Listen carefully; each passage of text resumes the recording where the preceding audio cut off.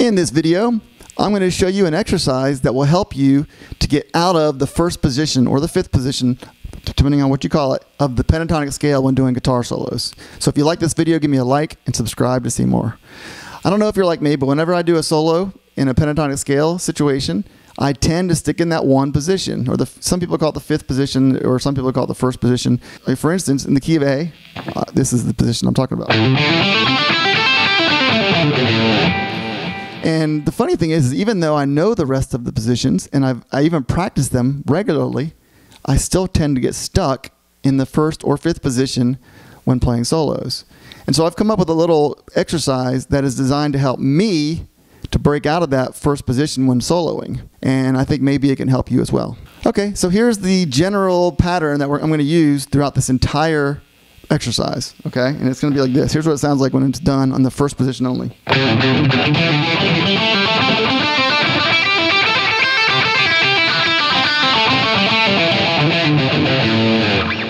And all that is, I got my pointer finger on the 5th fret of the low E, I got my pinky on the 8th fret of the low E, and I pick down.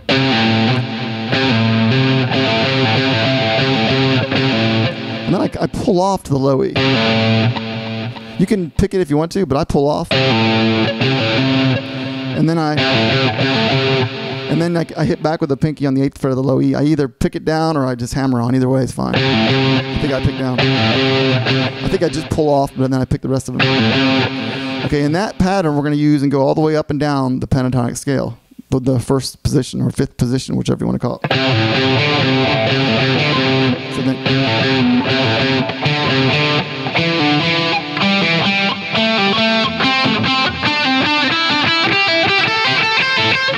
and then go back down too. And so it's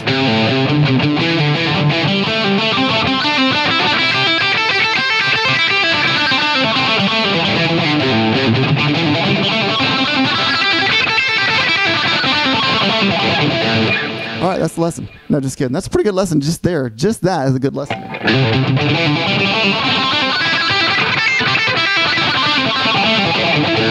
The problem with that is it doesn't get us out of that one position. So what I did, I came up with an idea. So what I do this time is I'm going to do the same thing down the first pentatonic scale.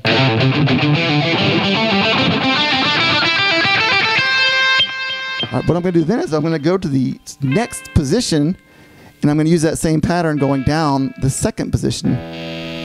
I'm going to call this A thing the first position, okay, just for clarity. It might be the fifth, whatever, I don't care. I'm going to call it the first just so we have clarity, okay? So I'm going to go to the second position and go down using that same pattern as opposed to going down on that first position. So rather than doing this, I'm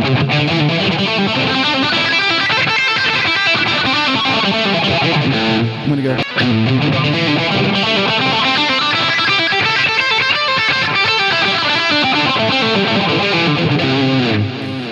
And that's basically the second position. The second position is...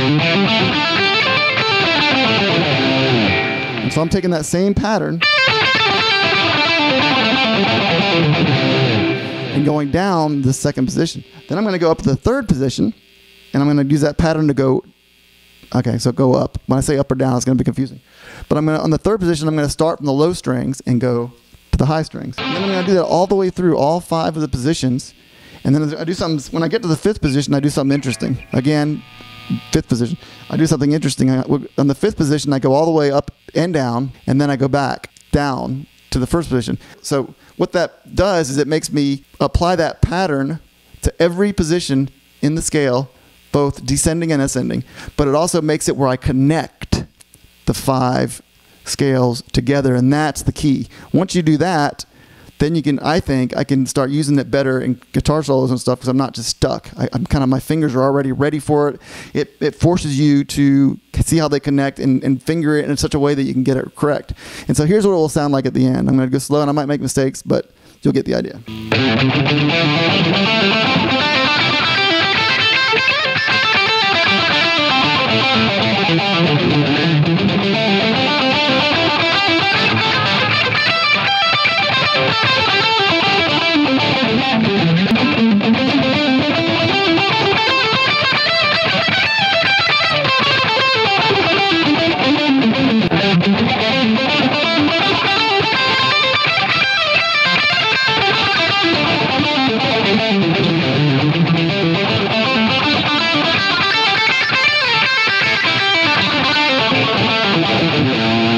honestly, it's a pain in the butt, but I think the more I do it, I think it's going to be a lot easier to switch positions while playing solos. So if you like this video, give me a like and subscribe to see more.